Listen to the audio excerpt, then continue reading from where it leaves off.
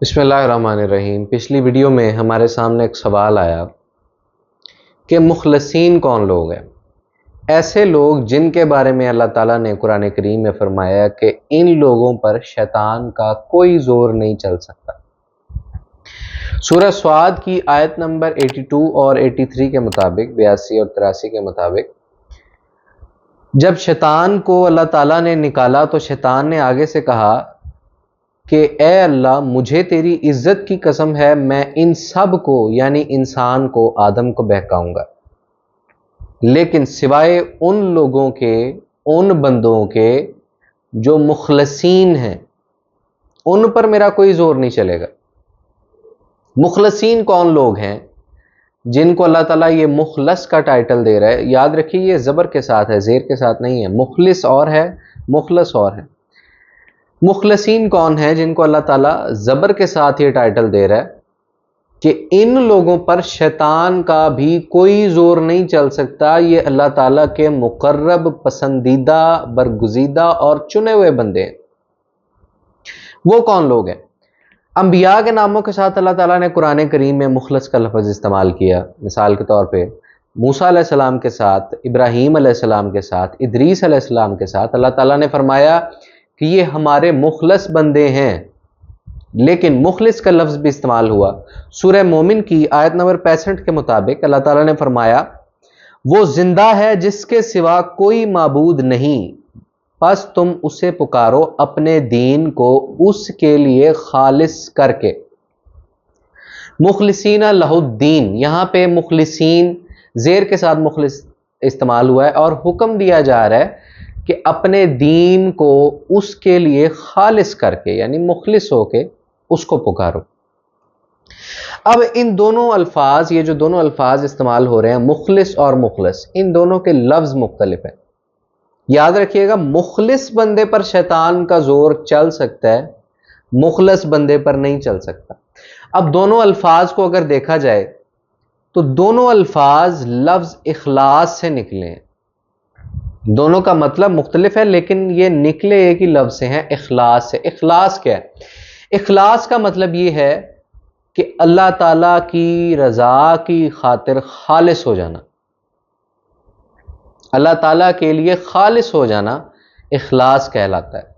یعنی کہ انسان جو بھی عمل کرے گا صرف اللہ تعالیٰ کی رضا کی خاطر کرے گا، بغیر کسی لالچ کے، بغیر کسی ریاکاری کے، بغیر کسی خوف کے، بغیر کسی ڈر کے، صرف اللہ تعالیٰ کی رضا کی خاطر جب کوئی عمل کرنے کی کوشش کرتا ہے تو یہ کہا جاتا ہے کہ یہ بندہ مخلص ہے، یہ اخلاص سے اس عمل کو کر رہا ہے، یہ اللہ کی رضا کے لیے اس عمل کو کرنے کی کوشش کر رہا ہے۔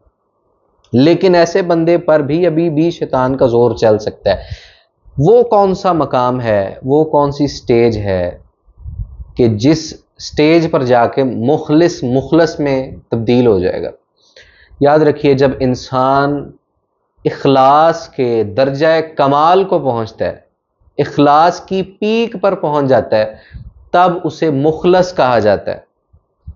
تب اسے یہ کہا جاتا ہے کہ پہلے یہ کوشش کر رہا تھا کہ اپنے تمام اعمال اللہ تعالیٰ کے لیے خالص رکھے، لیکن اب اس کی تمام نیتیں، اس کے تمام اعمال، اس کے تمام کام اللہ تعالیٰ کے لیے خالص ہو چکے ہیں۔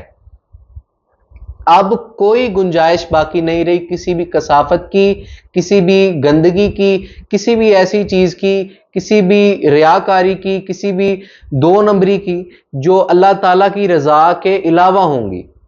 اب یہ بندہ بالکل خالص ہو چکا ہے، اب یہ پیور فارم میں ہے۔ اس وقت اسے کہا جائے گا کہ یہ بندہ مخلص ہو چکا ہے۔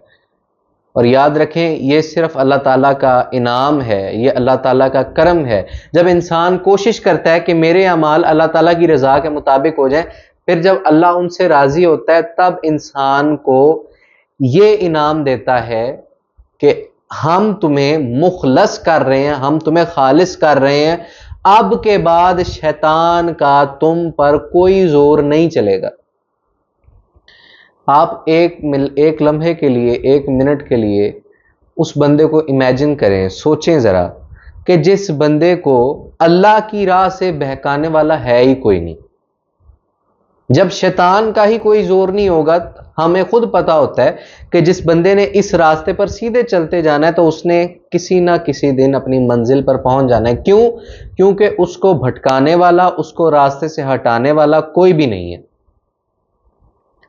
اب یہ اللہ تعالیٰ کا کرم ہوتا ہے اس بندے پر جو اپنے اعمال کو اس کی رضا کے لیے خالص رکھنے کی کوشش کرتا ہے.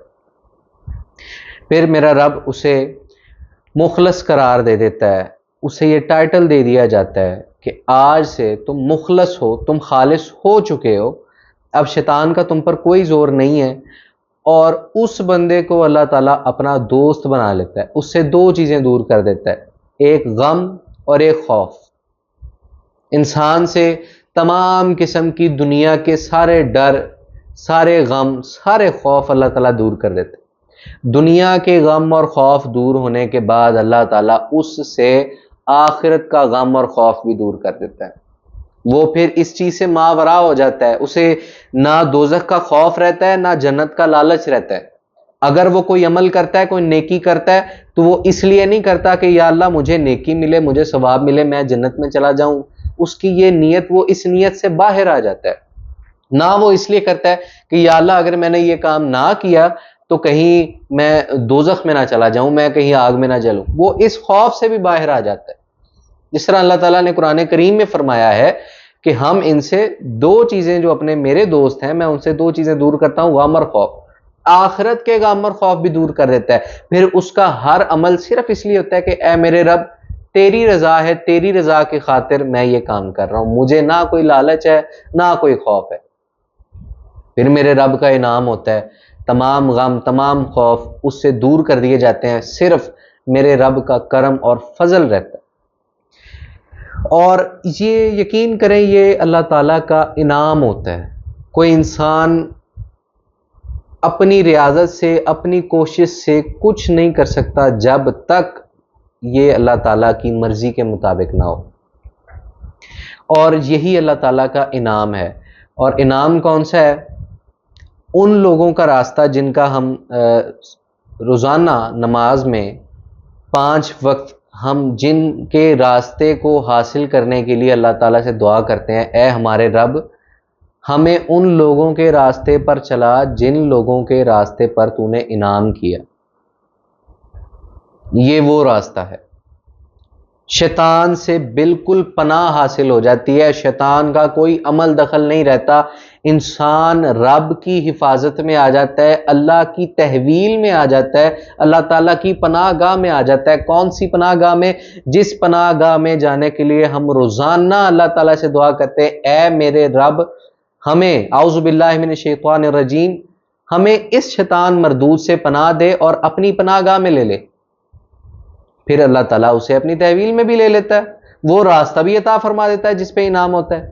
لیکن میرا آپ سے معصومانہ سوال ہے ایک، جاتے جاتے سوال یہ ہے کہ ہم روزانہ نماز پڑھتے ہیں، 5 وقت نماز پڑھتے ہیں، ہم دعا مانگتے ہیں، اے ہمارے رب ہمیں وہ راستہ دکھا، ان لوگوں کا راستہ جن پر تو نے انعام کیا. پھر ہم کہتے ہیں اے اللہ ہمیں شیطان مردود سے اپنی پناہ میں لے لے.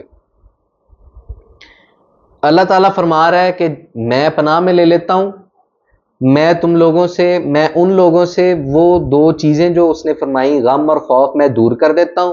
انہیں کوئی فکر نہیں رہتی، کوئی پریشانی نہیں رہتی، کوئی غم نہیں رہتا، وہ صرف میری رضا کے لیے خالص ہو جاتے ہیں. میرا آپ سے سوال یہ ہے، ہم روزانہ اتنی دفعہ دعا کرتے ہیں لیکن ہم ابھی بھی شیطان کے اشاروں پر ناچ رہے ہیں، ہم ابھی بھی دنیا کی پریشانیوں میں گھرے ہوئے ہیں. مال کی پریشانی، اولاد کی پریشانی، گھر کی پریشانی، زندگی کی پریشانی، ٹینشن، اینزائٹی، ڈپریشن، بیماریاں، ان سب میں ہم گھرے ہوئے ہیں. روزانہ 5 وقت ہم دعا بھی مانگ رہے ہیں. اس کا مطلب ہے اللہ تعالیٰ نے ہمیں ابھی تک اس تحویل میں نہیں لیا جس تحویل میں ہم جانے کے لیے خواہش کرتے ہیں، دعا مانگتے ہیں. اس تحویل میں ہم کیوں نہیں جا رہے؟ اس بات پہ تھوڑا نہیں مکمل سوچنے کی ضرورت ہے. السلام علیکم ورحمۃ اللہ.